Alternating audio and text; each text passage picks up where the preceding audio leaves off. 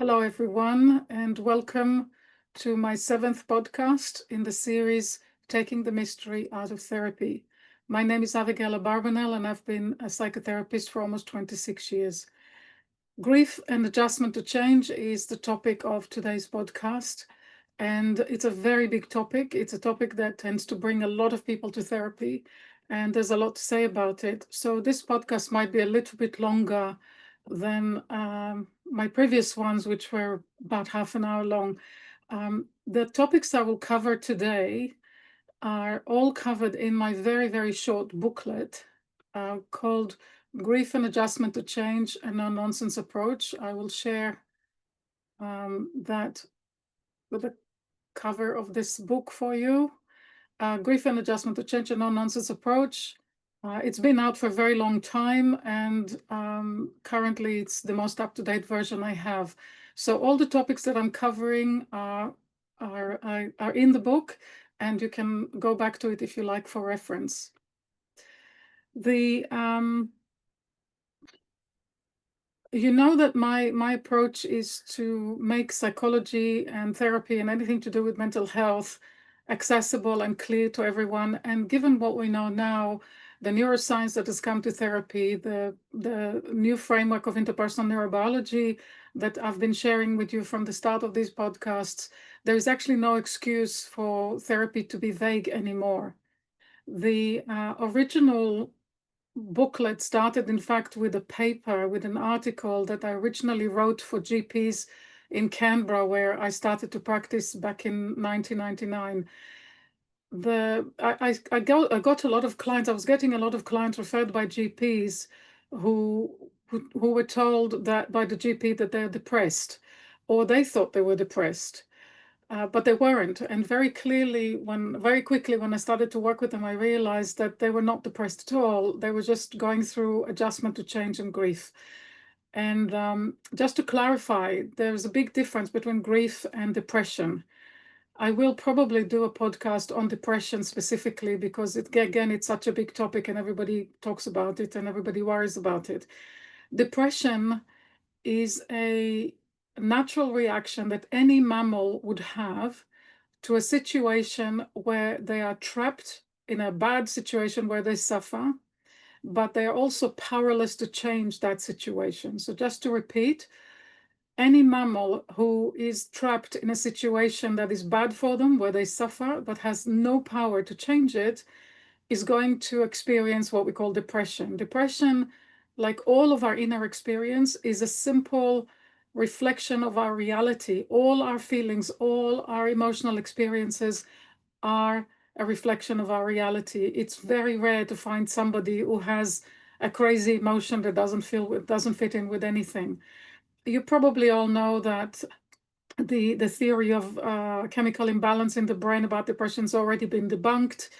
And so we have to go back to what we know, which is known from a very long time ago. I don't want to go back to telling you about the experiments they did to establish that. But we know what depression is. And depression isn't grief and isn't adjustment to change. There can't be a relationship between them, which I will explain probably when I talk about depression. But grief is something very, very different.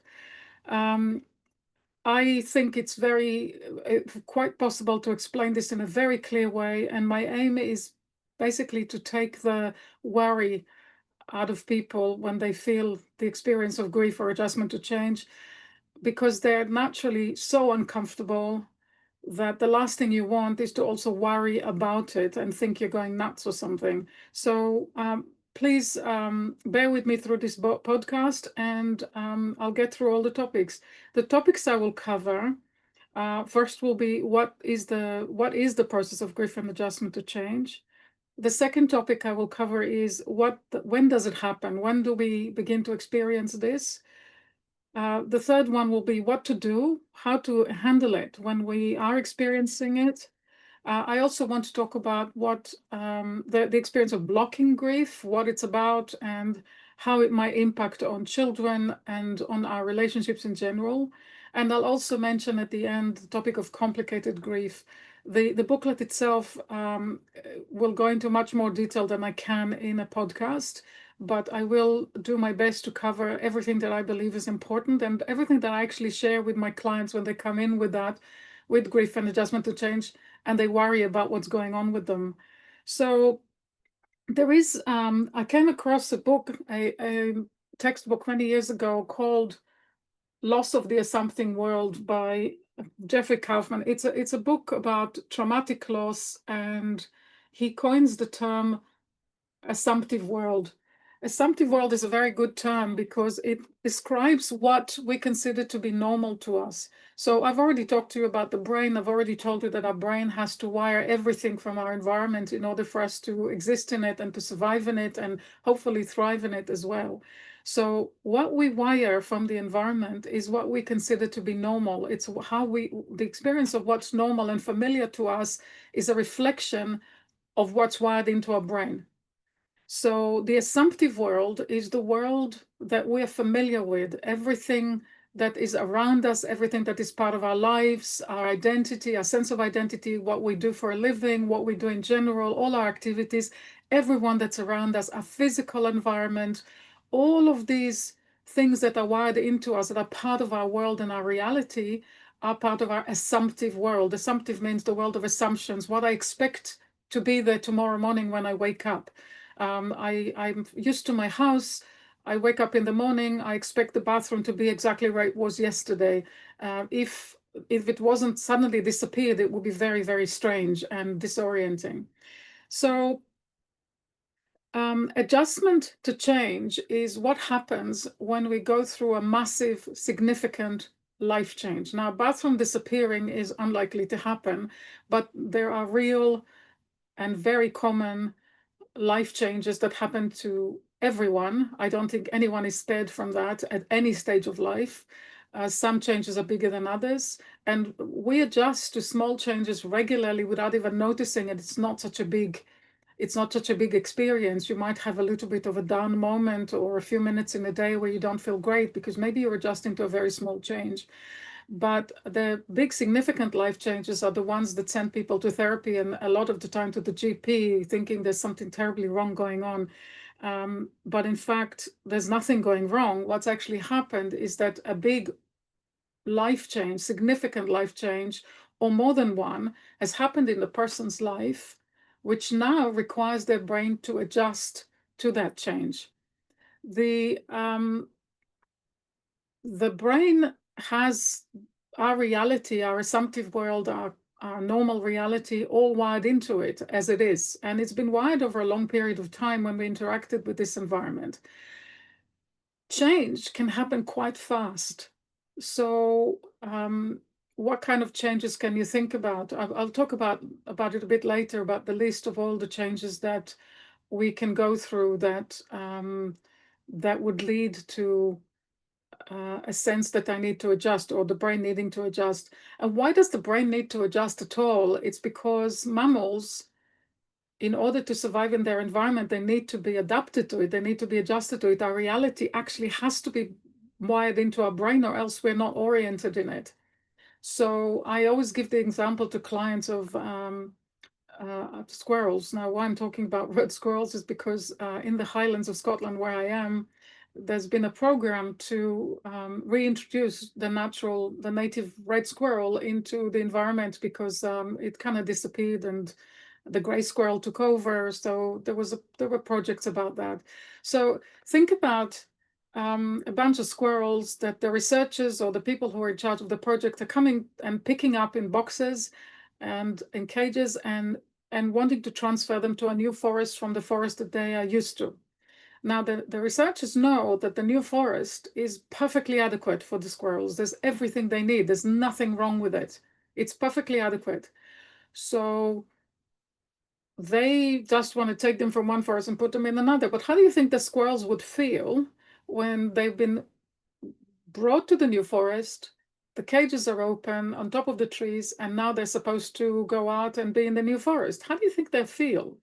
So I had the privilege of speaking to somebody who was actually involved with this project, and they explained to me that A lot of the squirrels don't want to come out of the boxes. They leave the boxes at the top of the cages at the top of trees, and they camp underneath to make sure that everything's okay, and then to pick up the cages as well to take them back.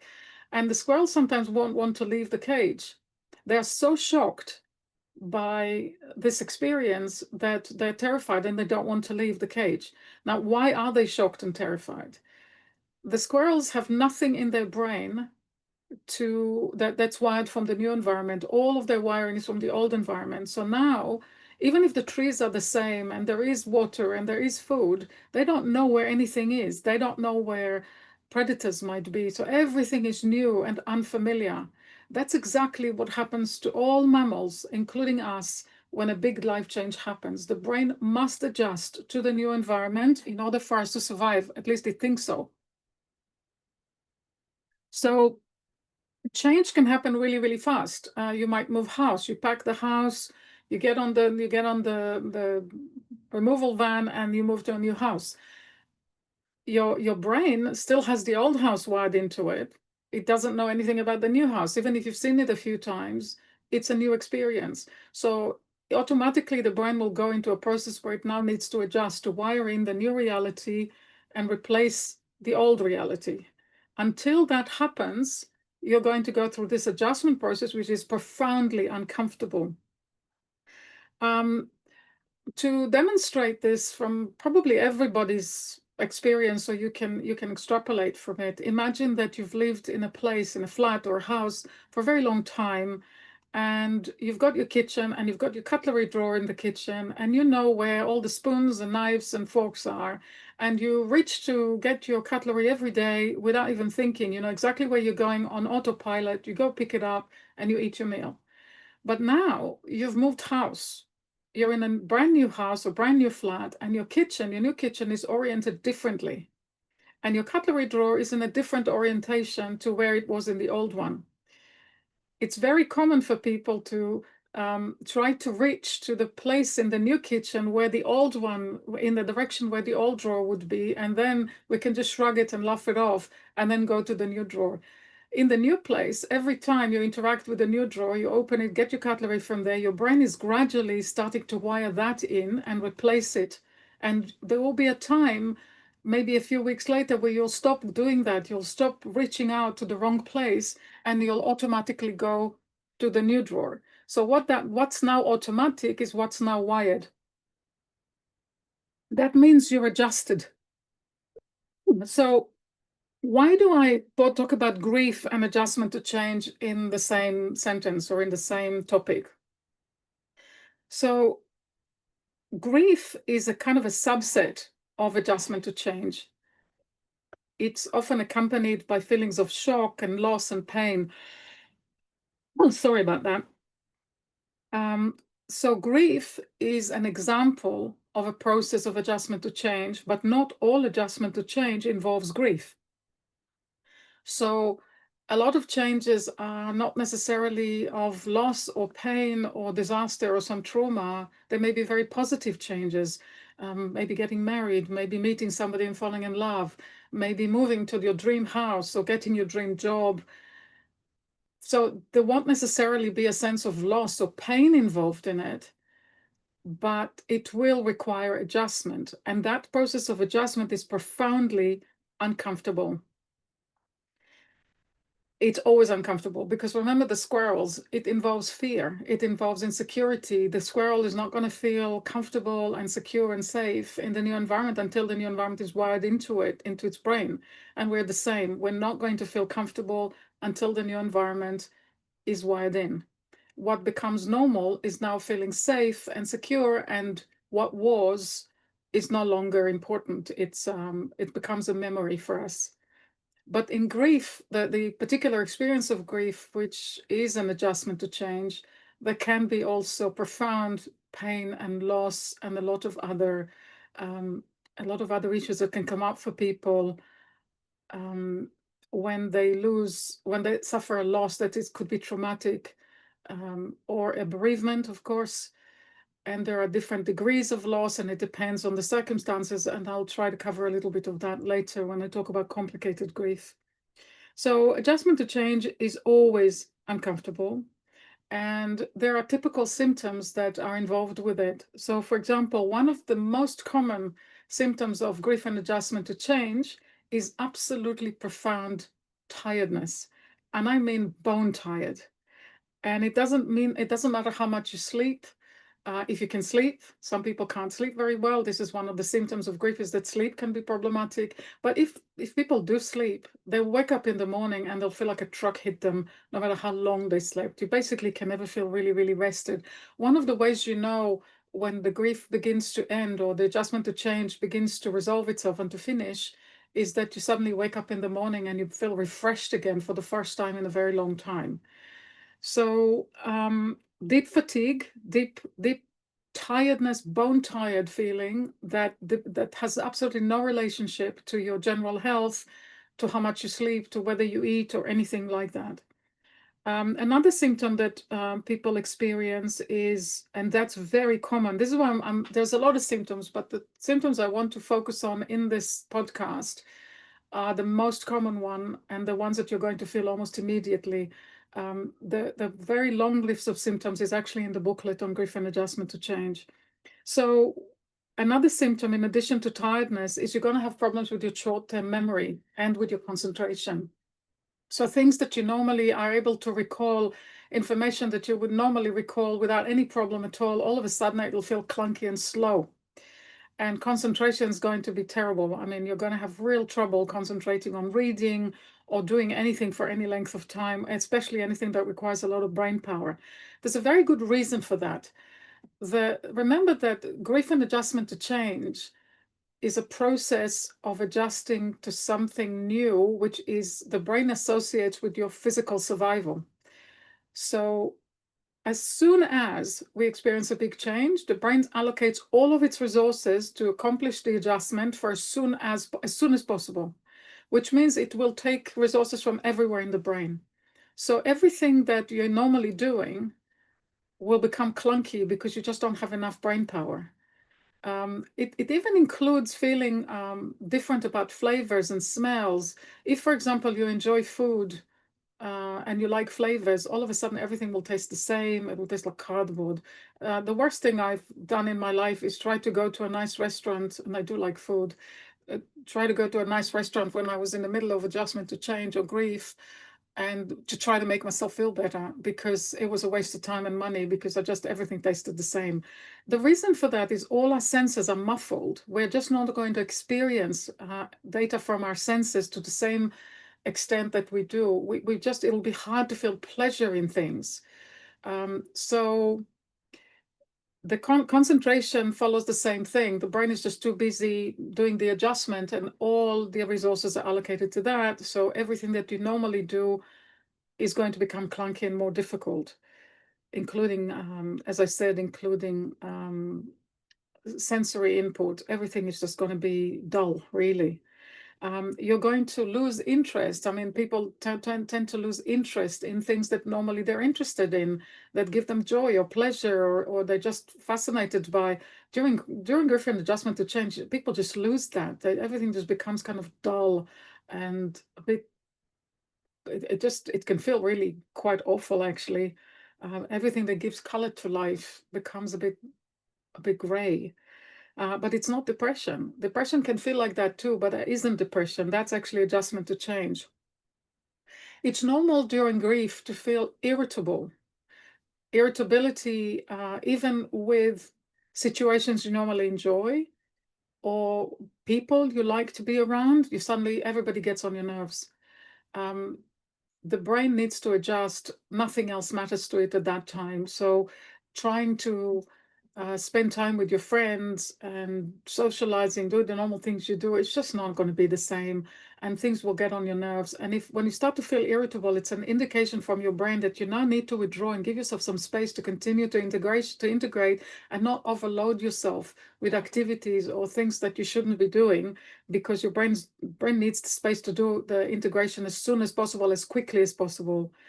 Another thing I listed here is, because of all of that, because our intellect's not working so well, our concentration is so, short-term memory is really bad, people actually feel like they're going stupid.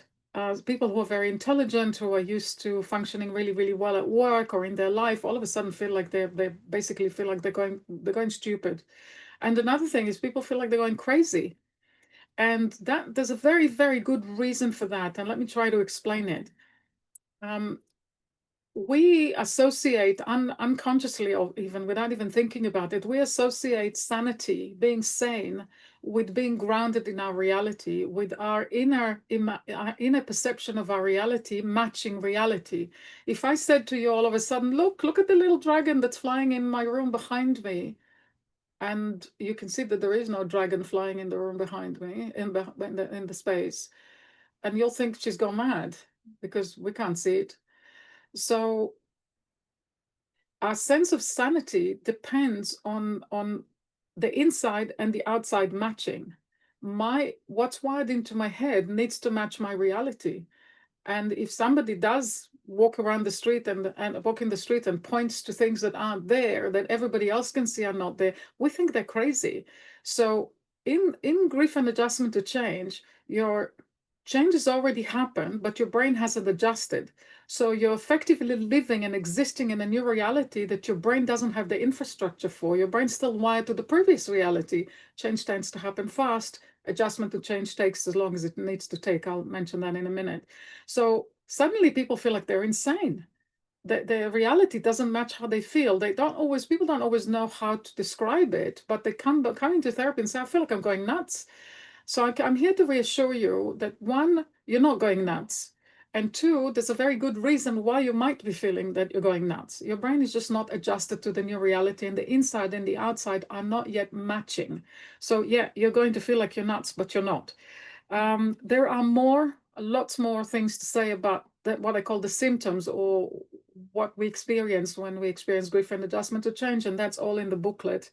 Um, I can't go through the whole list, it's very long.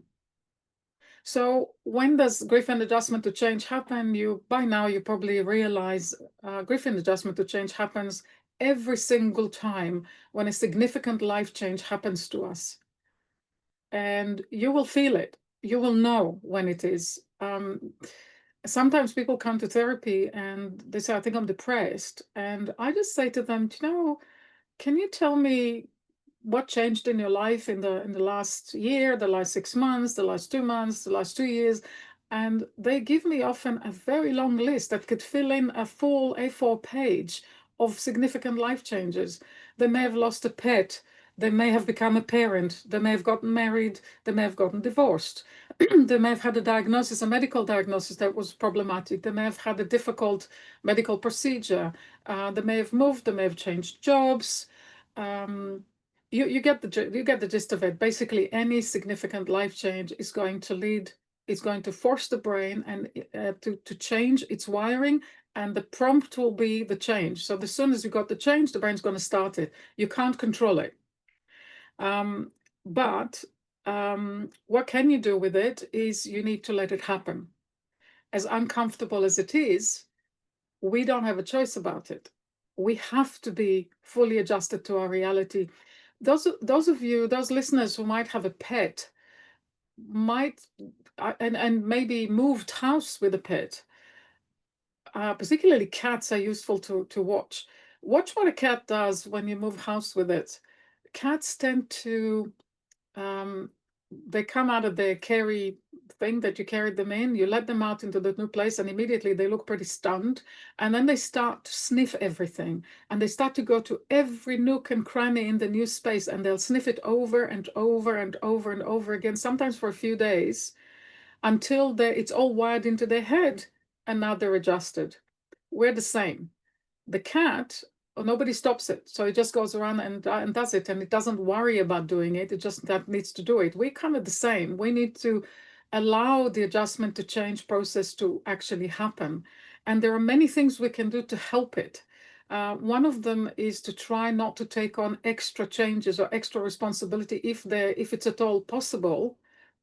Sometimes it's not. So, for example, when somebody divorces or a relationship ends, unfortunately, it often involves a lot of other changes, like moving places, like moving home, changing bank accounts, and many changes of habits, sometimes changing social groups because of the separation. So unfortunately, there are times when one change is like a domino effect. It leads to a whole lot of extra changes on top of that. So there's a lot of adjustment there.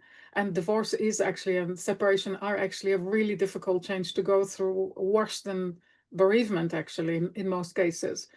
Um, I might talk about it separately, perhaps. Maybe it's worth doing a podcast on that. So it's important to not make extra changes if possible. Really important to bring ourselves as quickly as is humanly possible to some kind of stability. So if you were forced, if a change was forced on you, or you chose a change, um, if you can create structures around you that are stable to give you something to hold on to, that will be really beneficial.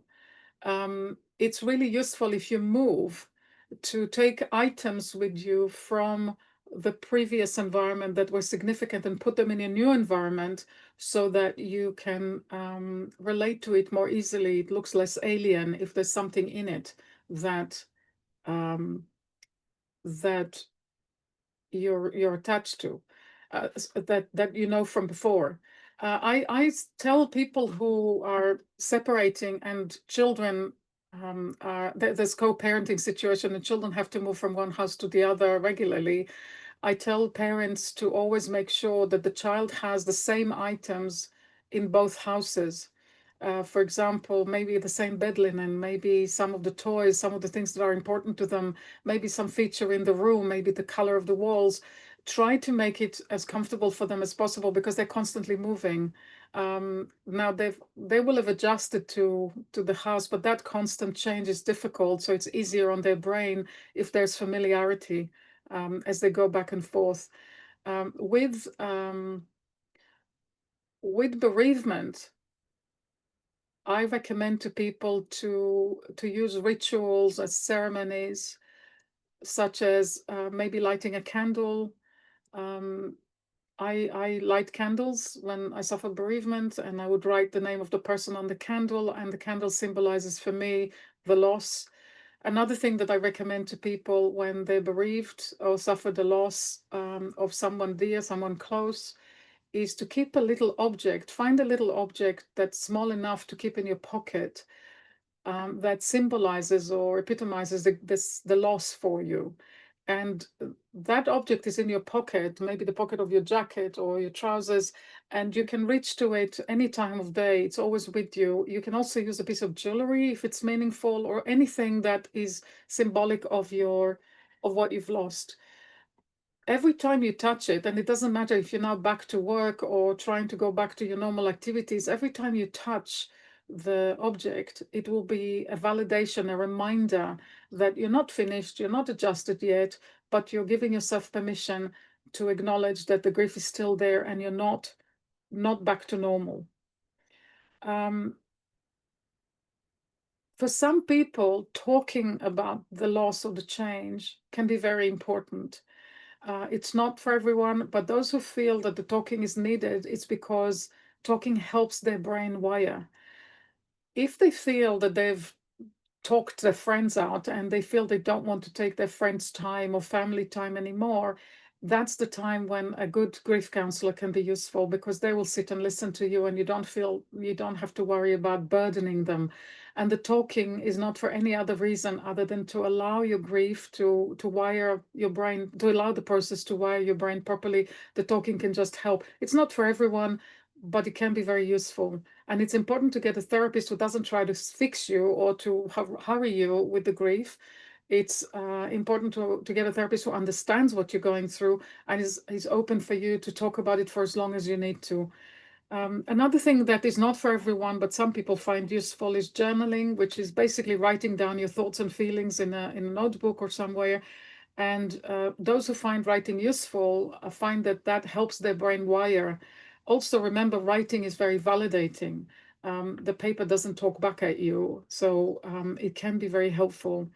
Um, Writing can also be done electronically. So for people who worry about leaving a written record behind of how they feel because they're private and they don't want it, then there's nothing wrong. Sorry, nothing wrong with writing, starting a document on your computer, dumping everything you need to dump into it, and then when you're done, you delete it. So there's no record. And you can do that also even in an email or in a notes app, whatever it is that works for you. The value isn't in the finished product, in the written piece.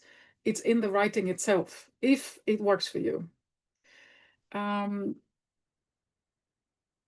And I've mentioned the word validation a couple of times, and you will have heard me say validation, validation, validation in previous podcasts. So the most important thing in enabling the grief process to move through as quickly as possible is to validate your emotions. So if possible for you, you breathe and you give yourself permission to feel your feelings, and you tell yourself it's okay to feel that way. And do not allow other people to challenge your feelings, or to tell you that you're feeling it for too long, or that you're taking too long, or to try and make you feel better. There is nothing wrong. Delete that.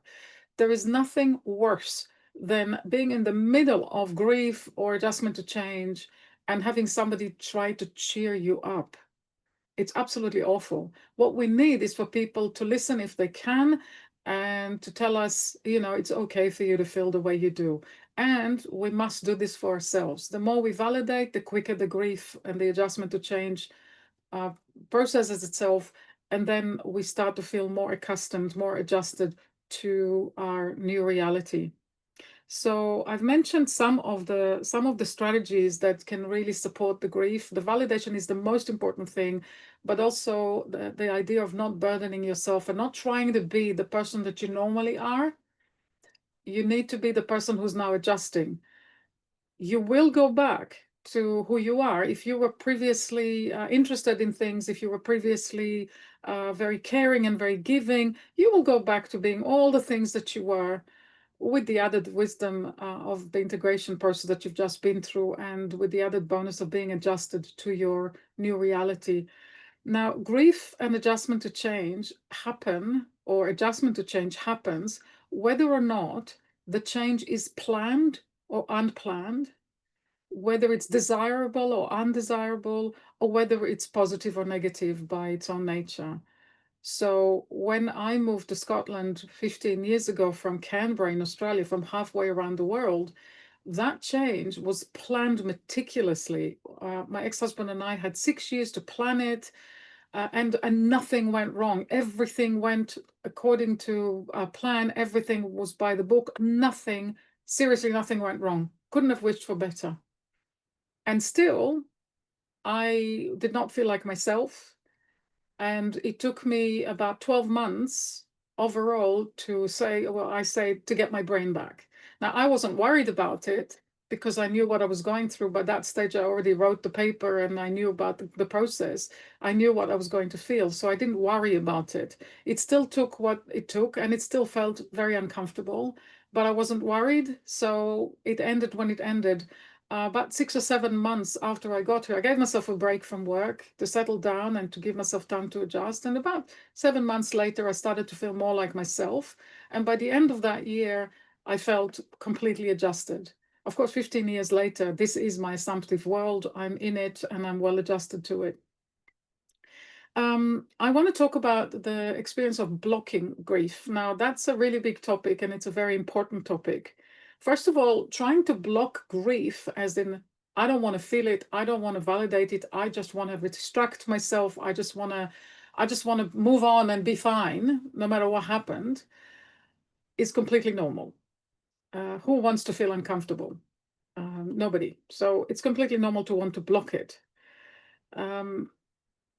Especially in times of bereavement and when the loss is really bad, there is a tendency to want to block the grief. I think people instinctively sense that if they allow the adjustment to change, the grief to go through, they somehow will lose that person forever. So when somebody loses a close person, sometimes the only thing that they feel is still linking them to that person is how they feel, is that grief.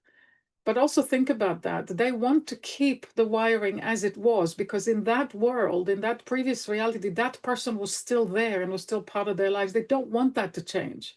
So it's understandable that they will try to block it. Blocking can be done in lots of ways, and for example, people might drink, people might become suddenly take up a hobby, or become really, really busy at everything, anything to distract themselves. But unfortunately, as you can imagine, that's not a particularly, it's not a particularly good thing. Another reason to do, and I'll explain why. Another reason people might not want to grieve or try to block it is, for example, maybe they broke up with somebody who was horrible, and maybe they were in a bad relationship, maybe domestic abuse, and they finally leave and it's finally over. And now they have to adjust and to grieve. And they may not want to do that because maybe they will associate the grief with with I don't want to feel sad about a person that used to be horrible to me, or I don't want to be sad about a relationship that was terrible, and I should be happy because I'm finally out of it.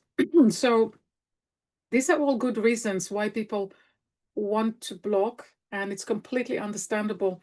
It's very common for me in therapy to have to get new clients who have suffered some big loss, sometimes 20 years ago, and they, sorry about that, and they haven't been able to grieve it properly. They haven't adjusted to it. So one of the ways you know that a person hasn't adjusted and hasn't finished the grief is that they can talk about it 20 years later and they'll still burst into tears. They something is blocked and they weren't able to adjust to that for whatever reason. So when somebody cries when they talk about a loss from 10, 20 years ago, 5 years ago, you know the grief is not over. That's a little rule of thumb that we use in therapy. But it's very common for people to come to therapy with blocked grief and also with plenty of other symptoms because of it. And one of the things that suffers as a result of that is the body. People get huge number of sometimes non-threatening, often non-threatening symptoms that are associated with blocked grief. Remember that adjustment to change is directly linked to our survival instinct, and survival instinct, that you already know from previous podcasts, our survival instinct is directly linked to our body. When we feel under threat, the body reacts in a certain way to keep us alive. So when somebody is stuck in with unresolved grief, stuck in a sense of threat because they're not adjusting or because they're afraid of adjusting, that whole thing is going to cause physical symptoms. Wise GPs sometimes can see that the patient, the symptoms they have are probably psychological. There's nothing physically wrong with them, although it's a good idea to go and check yourself physically to make sure you are okay. But wise GPs will say to the person, and it's happened many times for me, where the client was told by the GP, I really think you need to talk to somebody because I don't think that's physical. All your tests came out fine. So they come to therapy, and sure enough, it turns out that they've got a pile of unfinished business and ungrieved, unadjusted griefs or experiences from God knows how many years before. And now it's time for them to do it. And the first thing I do is I educate them about it. So I tell them what I'm telling you. So first of all, they can start to feel a bit more normal and less judgmental of themselves and less crazy, and understand that this is a normal process. And then I help them out through the process. I teach them how to support themselves, how to validate. And the nice outcome of it is, because they learn to validate, they not only adjust and grieve and finish the thing that they need to finish, but they're also growing through it. Which is absolutely brilliant, because by the time, if you do grief right, by the time you're finished, you're not just adjusted, you're also grown a bit, you've developed from it. So grief can be actually an opportunity for growth, as awful and as horrible as it can be. I wanted to mention the experience very briefly. I can't talk about it too much because it will make this this podcast way too long. But I will come back to it when I talk about parenting and relationships in other podcasts. But I want to mention briefly about the experience of blocked grief on relationships and on children. No one can be well in a relationship if their grief is blocked. They're just not themselves. They are not adjusted to their reality and they're stuck. Basically, it's a feeling of stuckness. They can't relate properly to their partners. What that does to children, though, when their parents have blocked grief, is pretty awful. So it's not uncommon. It's a very sad and tragic experience. And I've seen many clients with that experience where their parents have lost a child and then went on to have another child. And that's my client. And the parents never really grieved. Losing a child is the most profoundly awful and dreadful and traumatic grief experience that anybody can go through. It's the worst loss anybody can go through, I believe, anyway. And so if parents haven't adjusted, they've just parked it. They never talked about it. They never adjusted. They just left it. And it becomes a kind of a taboo topic. Nobody talks about it. That nobody mentions the dead child anymore. Nothing like that. And they think, well, we moved on, we have a new child or new children, and everything's fine. Guess what's going to happen? That unfinished bereavement, grief, adjustment in those parents' heads is going to go straight into the child's head through the mirror neuron system, which I will talk about also in the parenting and in the relationship podcast that I'm planning to do in the future. So the mirror neuron systems is going to make the child resonate or feel everything the parent is feeling, but because the parent never dealt with it, never integrated it, never adjusted to it, the child has no idea what they're feeling. They just keep wiring this grief that the parent keeps feeling and doesn't acknowledge, or because they might push it away all the time, or they might not even consciously think they're feeling. And the child's going to grow up with this weird experience of grief in their head that they don't know where it comes from. So it's a very common thing. And I've heard it so many times in therapy. People may be in their 50s and they come to therapy and say, I've got this weird experience of, I'm really sad. And I don't know what I'm sad about because I have no story attached to it. There's nothing to attach to it. And sure enough, I talk to them and I find out that when they were about 6 or 5 or 3, the parents lost a child, but it's never been acknowledged. And sometimes I've had clients where they've only found out about it later in life from family, friends, or other family members, because the parents may have passed on since then, may have passed away, and they never talked about it. So I'd like to suggest to all adults who look after children, all parents, that if you have suffered a bereavement, if you have suffered a big change that you need to adjust to, you're not doing your children any favors by pretending not to go through the process you're going through, because they're going to feel everything you feel, whether you like it or not. It's not that you're a bad parent, it's nature. This is what nature does. Children's brains resonate with adult brains, and whatever's in the adult brain, that's especially the stuff that's unacknowledged and unintegrated, is going to go straight into the child's head.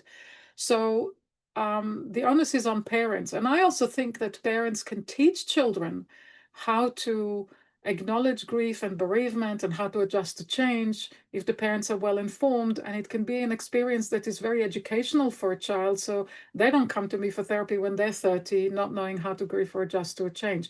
And I have the privilege of having met parents who know how to do this, who do this very well, and everything is talked about openly. The parents share their feelings.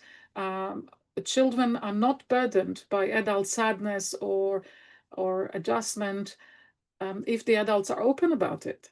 And if they are, the more the parents try to hide it, the more the child's going to feel it as a burden. But the more open the parents are, and especially if you reassure the child that, yes, I'm feeling sad. My friend is very ill and she's going to die. And I'm very sad about it, but I still love you. I'm your mother. I'm still there for you, and I can take care of you, and you're not in any danger. Children are always worried when the parents are not great.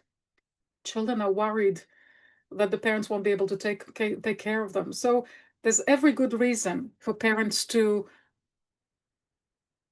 become very, very skilled at adjusting to the changes they need to adjust to and grieving the griefs they need to go through. One last topic is complicated grief.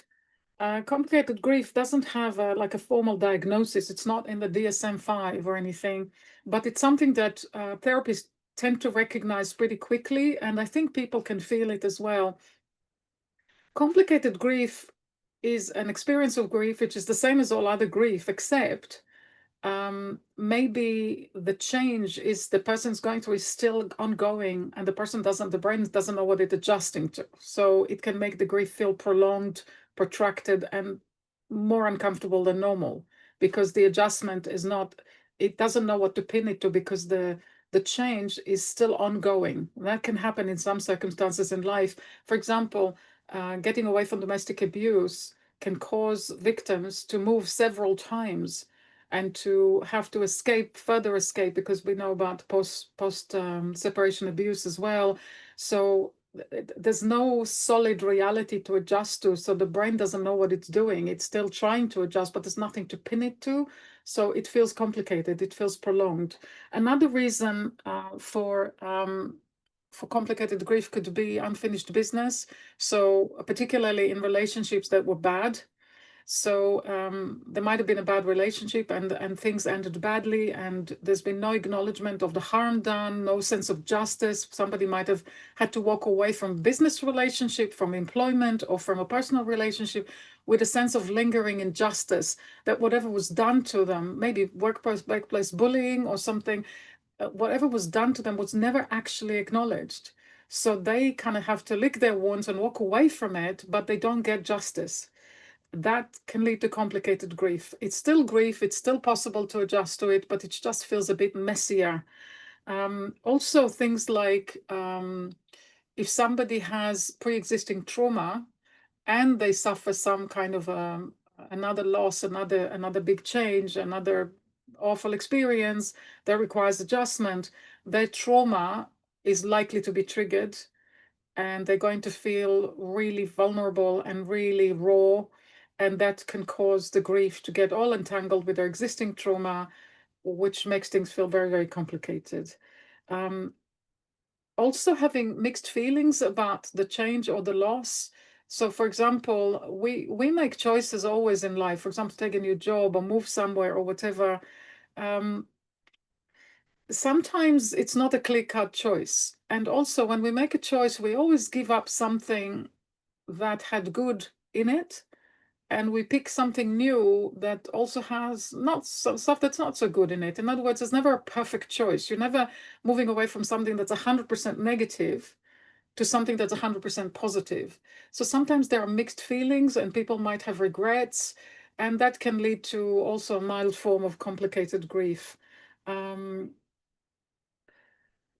and I wanted to mention something that I forgot to mention before, but it's not so much about complicated grief, but it's a common experience, is when when a change happens, even if it's a really, really positive change, as I explained before, whatever the change is, positive, negative, wanted, unwanted, planned, unplanned, it's still going to feel profoundly uncomfortable. So it's not uncommon for people to have a baby that they always wanted, and they waited for this baby, and they did everything to have this baby, and they prepared for the baby. But when the baby comes, life is completely different now, and they might start to experience the symptoms of adjustment to change, which they might misinterpret as depression or I'm a bad parent. Well, they're not actually a bad parent. They're just experiencing the change, and they need to embrace the fact that they're experiencing a change, and they need to help themselves through it and make sure everybody else around them helps them adjust to that change. You still love your baby. You're still a good parent, but you're adjusting to change. You're not going to feel absolutely giddy necessarily or excited about what's happening, because you're adjusting to change. The same happens with a new house. Sometimes people move to a new house and it's great, but sometimes the adjustment to change causes them to feel not so good about the new house, and all of a sudden they start to see all the things that are not great about it. It's like when you fall in love and you think the new person you met is wonderful, and then you start to get to know them a bit better, and you realize that they're not perfect. Actually, they've got things about them that maybe you don't like so much, and that you'll need to adjust. A new house can be the same thing. So it doesn't mean that you made the wrong choice. It just means that you're adjusting to change. And when you're finally adjusted, if the experience is the right one for you, then you'll be absolutely fine.